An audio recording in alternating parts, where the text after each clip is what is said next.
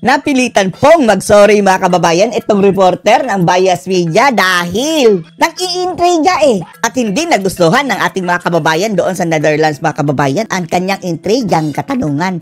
Una pa niyan mga kababayan, hindi nga siya pinansin ni Sara dahil malamang alam ni Sara na andito na naman itong mga intrigera sa harapan mga kababayan, parang mga aamong tupa. Pero sa kanilang pagbabalita, grabing twisting ang ginagawa. Hindi pinansin nung una ni VP Sara Duterte mga kababayan at nung naipagbigyan, inintriga agad ang mga Duterte mga kababayan.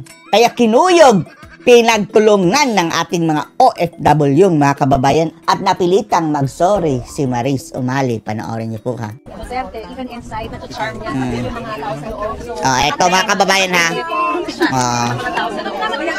Andyan nakita niya si VP Sara Duterte. Ayan po, katatapos lamang po na kanyang pagbisita sa siya.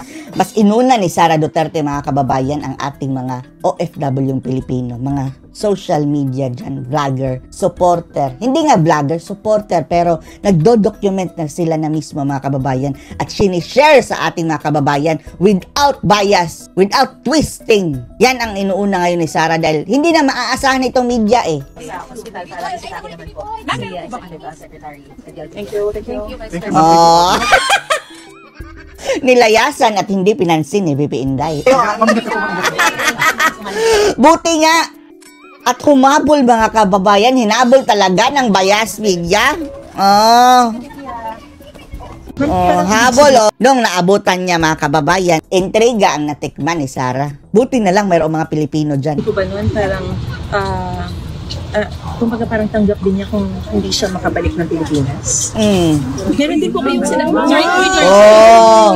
Sabi niya mga kababayan, tanggap na ba ni Digong na hindi siya makakauwi ng Pilipinas? Pakinggan niyo ang reaksyon ng mga Pilipino nandyan mga kababayan. Sorry po. Hindi naman ganun. Sige, magkamali ka ng salita. Bakit hindi mo pala dinala yung mga kasamahan yung mga anti-Duterte dyan na nagrarally? Wala na bang pambayad? Ito mga supporters ni PRRD mga kababayan, araw-araw nandyan, napakarami. Pero yung mga anti-Duterte, umpisa lang. Ngayon, wala na, hindi na mahagilap. Wala na ba pambayad? Relax guys, relax. Grabe ka naman. Pinarelax pa mga kababayan ng mga tao dahil na-offend sa tanong ni Maris. Sinabi na sa Senado po. Ikaw, Maris, baka ikaw ang hindi makauwi dyan. Siguraduhan mo lang na hindi bias yung reporting mo. Lang tayo. Relax guys, relax. Meron po ba kayong ibig sabihin doon na sorry, pasensya na po kayo? Mag-sorry ka. Ang grabing testing na naman yan mga kababayan. No worries. Nagtatanong lang ako, nagka-clarify lang po ako kung ano Nagtatanong ng intriga. kung ibig sabihin po. Ang ibig sabihin nun is yung discussion. Positive naman. Sa Senate. Nag-side comment yung mga kababayan OFW. Positive naman ang tanong mo dapat. Hindi lang puro negative. Tama talaga mga kababayan, tama. Pagdating dito sa mga Duterte mga kababayan, ang mga nire-report nila, puro negatibo. Although hindi fake news mga kababayan pero mas malala pa sa fake news Mind conditioning, attack na kung maituturing, negative reporting, selective journalism. Meron silang discussion kung tama ba ang ginawa, hindi ba tama ang ginawa, illegal ba ang ginawa, illegal yung ginawa. It was an extraordinary action. Ang ibig sabihin ni Sara noon ay hindi na mapapauwi ng gobyernong bangag ba kababayan dahil itinapon na nila sa ICC. Wala na silang magagawa.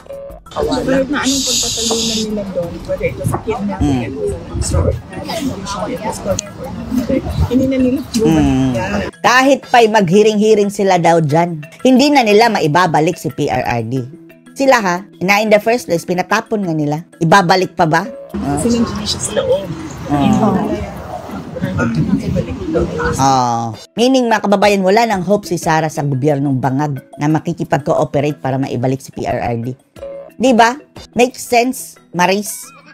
And the only way na makalabas siya is through the system. Sa ICC na lang, system. Inside the ICC. System inside the ICC. Pero confident naman lang din ang buong Yan, Maris.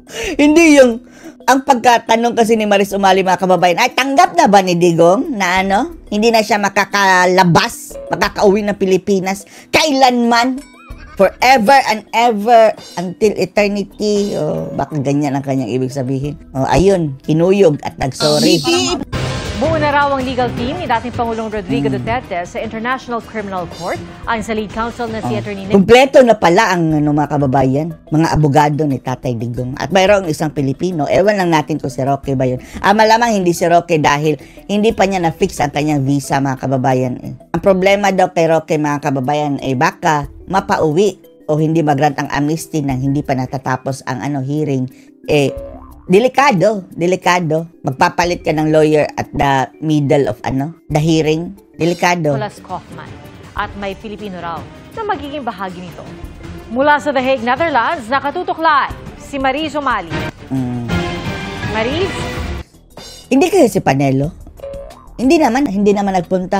Pero magkaaway pala si Panelo at si Roque, mga kababayan, Sa interview, hindi nga sinagot ni Panelo kung sino yan si Roque.